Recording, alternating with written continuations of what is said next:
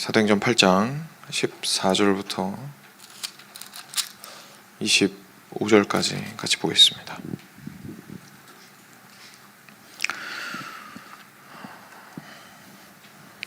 (14절부터 25절까지) 같이 교독하겠습니다. 제가 먼저 한 절 읽겠습니다. 예루살렘에 있는 사도들이 사마리아도 하나님의 말씀을 받았다 함을 듣고 베드로와 요한을 보내매 그들이 내려가서 그들을 위하여 성령 받기를 기도하니 이는 아직 한 사람에게도 성령 내리신 일이 없고 오직 주 예수의 이름으로 세례만 받을 뿐이더라. 이에 두 사도가 그들에게 안수함에 성령을 받는지라. 시몬이 사도들의 안수로 성령 받는 것을 보고 돈을 들여 이르되 이 권능을 내게도 주어 누구든지 내가 안수하는 사람은 성령을 받게 하여 주소서 하니 베드로가 이르되 내가 하나님의 선물을 돈 주고 살 줄로 생각하였으니 내 은과 내가 함께 망할지어다. 하나님 앞에서 내 마음이 바르지 못하니 이 도에는 내가 관계도 없고 분깃될 것도 없느니라. 그러므로 너의 이 악함을 회개하고 주께 기도하라. 혹 마음에 품은 것을 사하여 주시리라. 내가 보니 너는 악독이 가득하며 불의에 매인 바 되었도다. 시몬이 대답하여 이르되 나를 위하여 주께 기도하여 말한 것이 하나도 내게 임하지 않게 하소서 하니라. 두 사도가 주의 말씀을 증언하여 말한 후 예루살렘으로 돌아갈새 사마리아인의 여러 마을에서 복음을 전하니라. 아멘. 네, 이제 복음이 이스라엘 가운데, 예루살렘 가운데에서 이렇게 퍼진 이후에 초대교회가 예루살렘을 중심으로 확장되기 시작합니다. 그래서 근데 그 확장이 자연스러운 계기로 된 것이 아니라 이제 우리 인간적으로 생각을 했을 때는 아주 안 좋은 재앙과 같은 상황을 통해서 오히려 그 생명보다는 죽음에 가까운 상황을 통해서 이 확장이 시작되는 것을 볼 수가 있죠.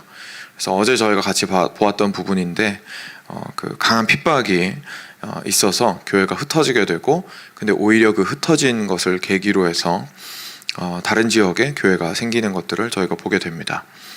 근데 오늘 말씀을 통해서는 어제 이제 저희가 보았던 빌립이 사마리아 지역으로 갔을 때에 사마리아 지역에서 어떤 일이 일어났는지를 좀 더 구체적으로 보게 되고, 이걸 통해서 그 다음에도 이제 다른 지역으로 확장되는 모습들을 저희가 볼 수 있거든요. 심지어 이제 고넬료에 가서는 이방인에게까지 복음이 확장되고 교회가 세워지는 것을 보게 되는데, 그때마다 보여주는 패턴이 있어요. 그냥 이제 전도만 하고 끝난 것이 아니라 그 하나님의 교회가 처음에 세워질 때에 좀 특징들이 발생을 합니다. 그리고 그게 여기 또는 뭐 고넬료 사건 아니면 뭐 에베소 막 이런 곳에서만 일어나는 게 아니라 모두 동시에 일어나거든요. 그러면서 저희가 좀 하나님의 교회가 세워질 때는 이렇게 하나님께서도 역사하시는구나 라는 거를 볼 수가 있어요. 그래서 그 부분을 저희가 일단 먼저 좀 보겠습니다. 이제 빌립이 사마리아로 내려가서 어제 보았을 때에 말씀을 전했고, 그리고 거기서 많은 사람들이 돌아왔고 성 자체에 큰 기쁨이 있었죠. 그래서 14절에 보시면 예루살렘에 있는 사도들이 사마리아도 하나님의 말씀을 받았다 함을 듣고 베드로와 요한을 보내매 그들이 내려가서 그들을 위하여 성령 받기를 기도하니 이는 아직 한 사람에게도 성령 내리신 일이 없고 오직 주 예수의 이름으로 세례만 받을 뿐이더라. 여기서 이제 사마리아 사람들이 이미 한 두 가지가 나와요. 첫 번째는 하나님의 말씀을 들었습니다. 그렇죠? 이게 가장 먼저 있었던 겁니다. 하나님의 말씀을 사도들이 내려가서 먼저 전파하였고, 집사죠. 빌립 집사가 내려가서 전파하였고, 그리고 사마리아가 이제 하나님의 말씀을 있는 그대로 듣게 됩니다. 여기서 말하는 하나님의 말씀은 당연히 어제도 말씀드렸지만 단순한 하나님에 관한 사실들이 아니라 예수님이 누구신지에 대한 이야기였죠. 그리고 하나님의 나라가 어떠한 것인지에 대한 이야기를 그 가운데서 빌립이 전하게 됩니다. 그래서 그 소식을 예루살렘에서 들었어요. 그리고 이제 또 두 번째 그 사마리아에서 하고 있었던 것이 있었는데 바로 세례였습니다. 그 말씀 듣고 세례 받고, 요거는 저희들이 할 수 있잖아요. 사람이, 그죠? 그러니까 올바른 말씀을 전하고 그 다음에 말씀에 반응한 사람에게 세례를 주어서 이제 그리스도인으로서의 삶을 시작할 수 있도록 확증해주는 그 정도의 시스템은 이제 사람이 만들 수가 있는 거였고 꼭 필요한 거였습니다. 그래서 일단 그 두 개가 사마리아에서 이루어지고 있었어요. 근데 예루살렘 교회에서 그 이야기를 전해 듣게 됩니다. 그러니까 놀란 거죠. 이 복음을 하나님께서 확장시키기 원하시는 것 같다. 이게 그냥 예루살렘에 여기서 머물다가 갑자기 예수님 오시면은 우리만 이제 승천하게 되는 게 아니고, 우리만 구원받게 되는 게 아니고, 예수님의 재림을 기다리는 자들로서 우리가 이곳에 있는데 이게 복음이 확장이 되는구나, 이걸 이제 느낀 겁니다. 그래서 예루살렘 교회가 그 당시에 주축이 되었기 때문에 전체 교회의 큰형님으로서 그리고 그 큰형님 중에서 가장 이제 맏 사도들인 베드로와 요한을 파송을 하게 되죠.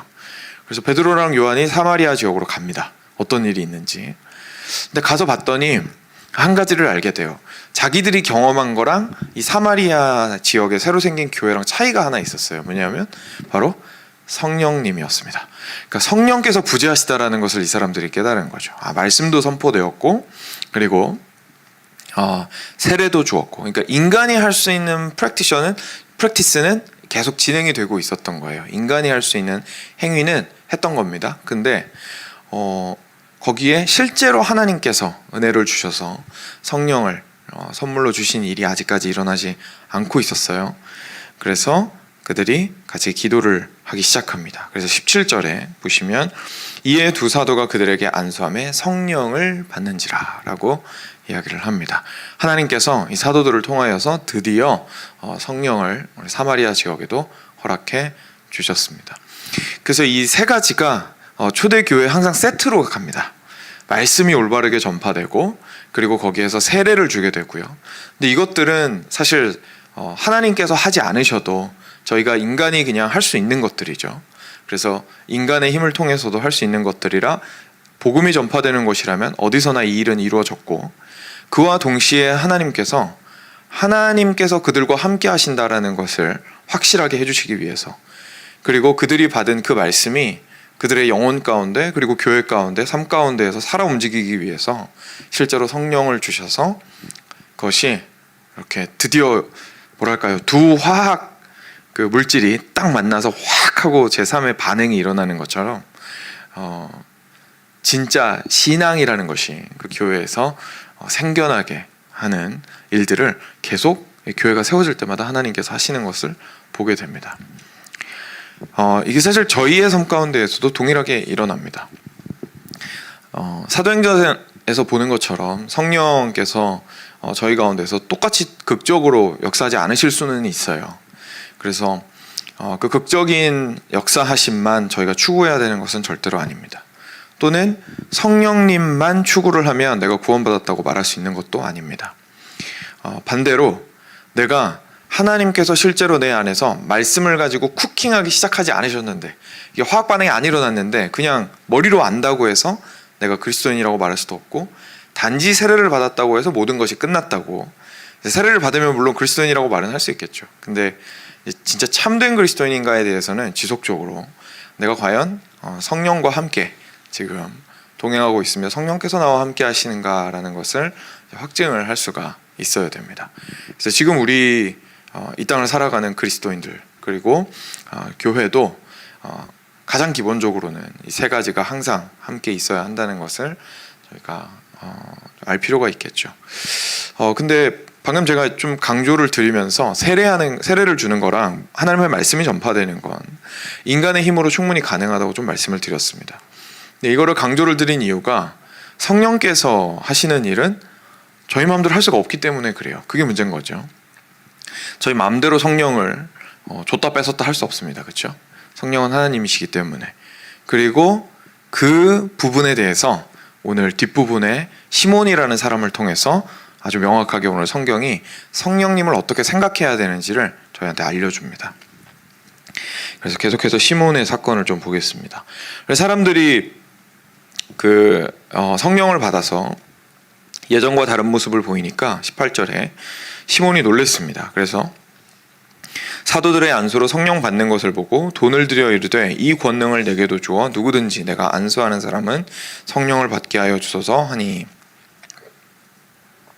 그래서 이 시몬이라는 사람이 어제의 말씀 기억하신다면 이제 그 자칭 큰 자라라고 하는 또는 이제 그거를 별명이라고 생각한다면 이제 위대한 시몬 이렇게 말할 수 있겠죠.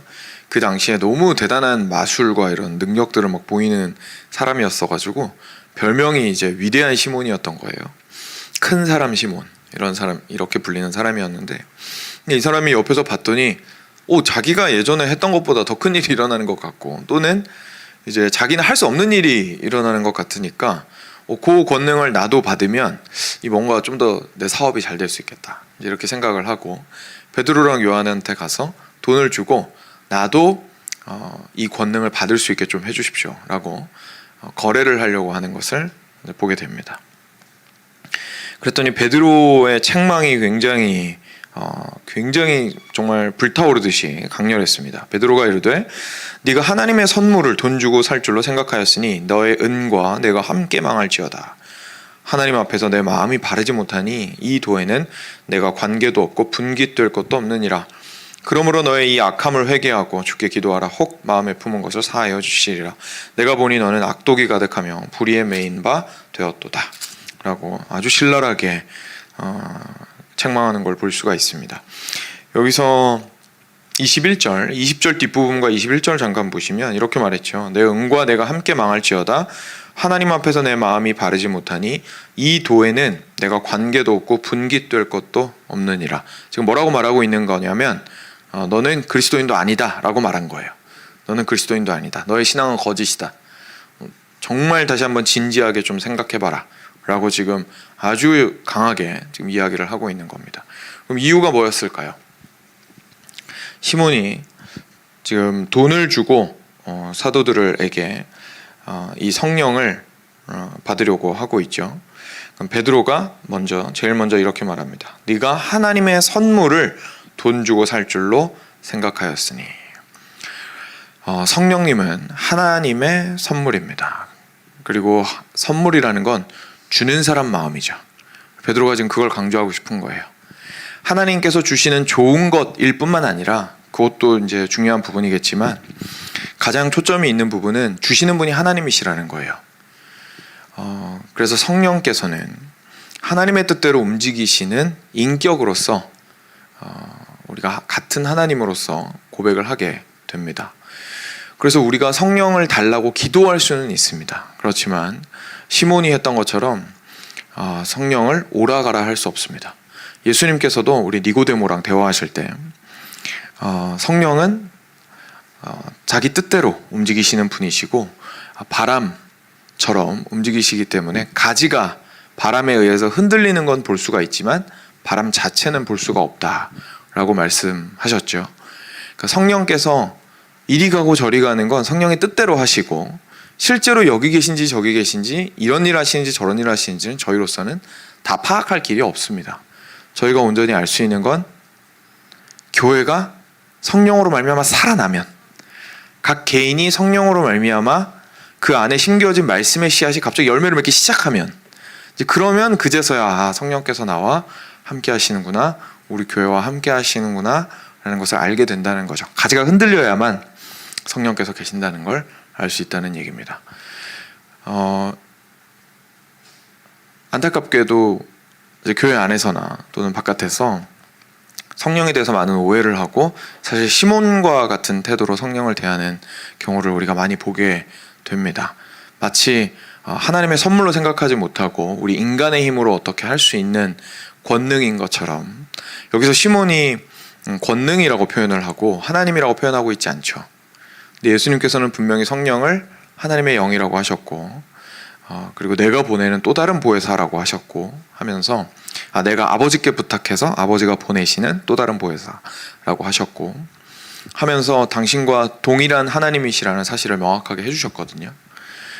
그 말은 스스로의 의지로 움직이시는 분이라는 뜻인데, 지금 우리도 모르게 시몬처럼 권능으로만 생각을 하고 뭔가 나한테도 이런 놀라운 능력이 있었으면 좋겠고, 기술이 있었으면 좋겠고, 에너지가 함께 했으면 좋겠다 라는 생각으로 성령님을 대할 때가 참 많이 있습니다.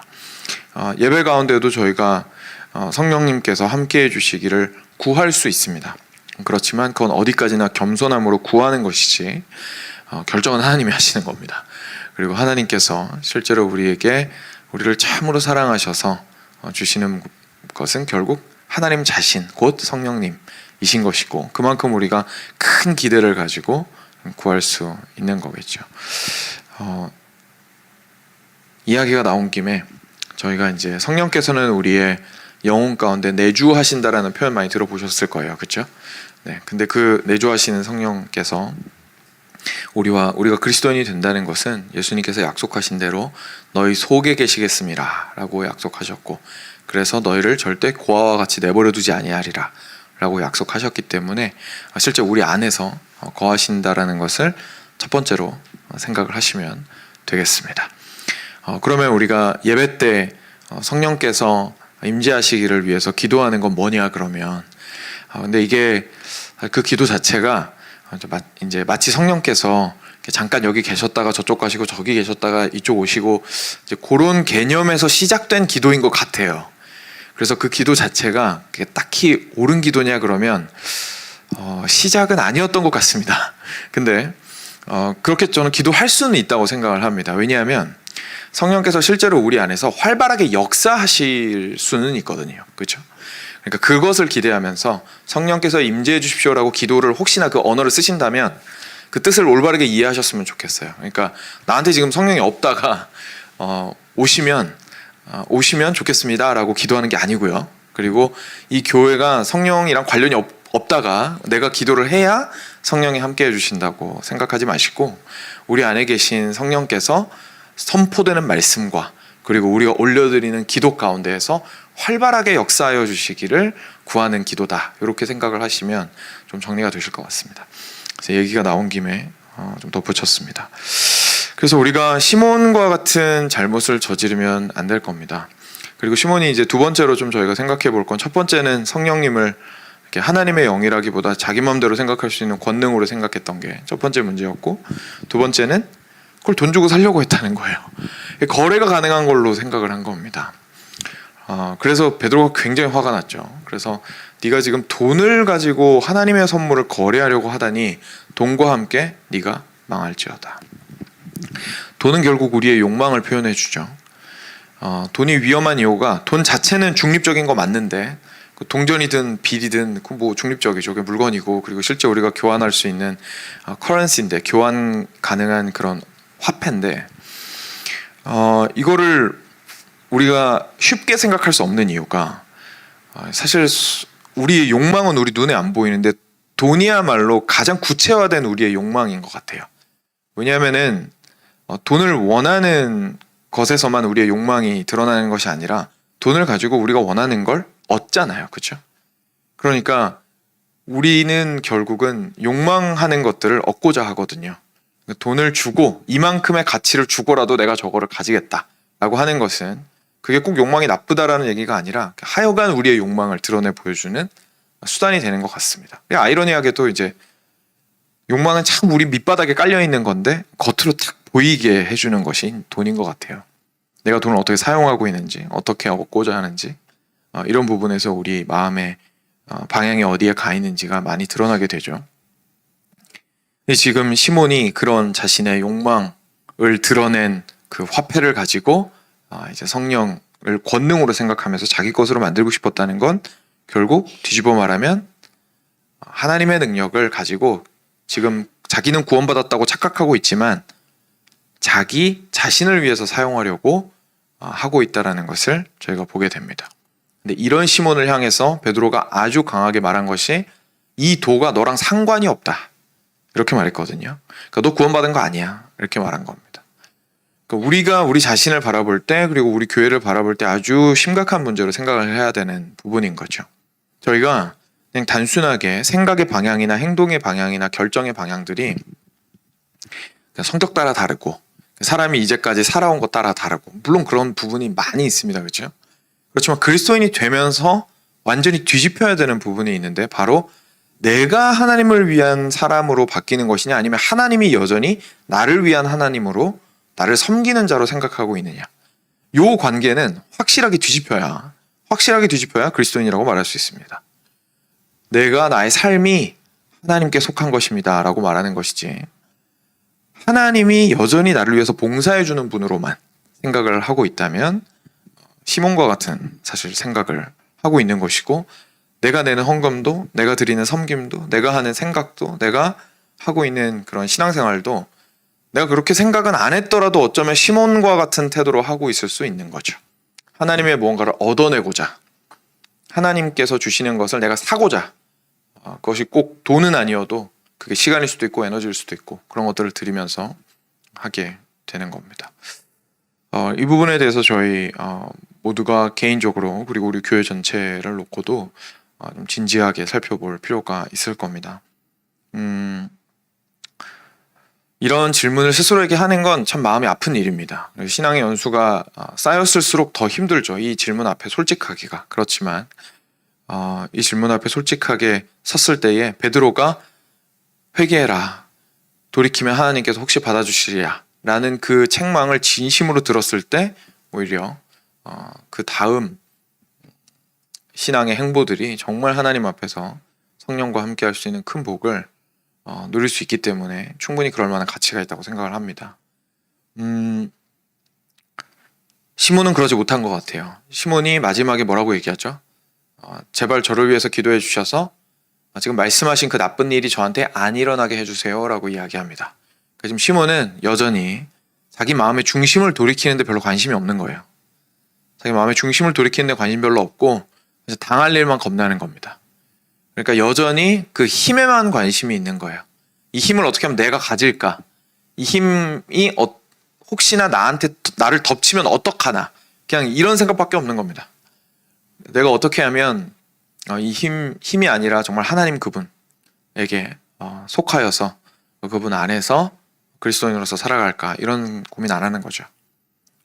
그래서 우리의 회개가 그런 반쪽짜리 회개, 또는 반쪽짜리 회개는 결국 안 하는 회개거든요. 그래서 이런 하나님께 전혀 방향을 돌이키고자 하지 않으면서 그냥 나쁜 일만 안 생겼으면 좋겠다라고 생각하는 수준으로만 혹시나 생각하고 있지 않은지, 참된 회개, 참으로 하나님께 돌이키는 그 회개들이 우리 안에 있기를 간절히 바랍니다. 같이 기도하겠습니다.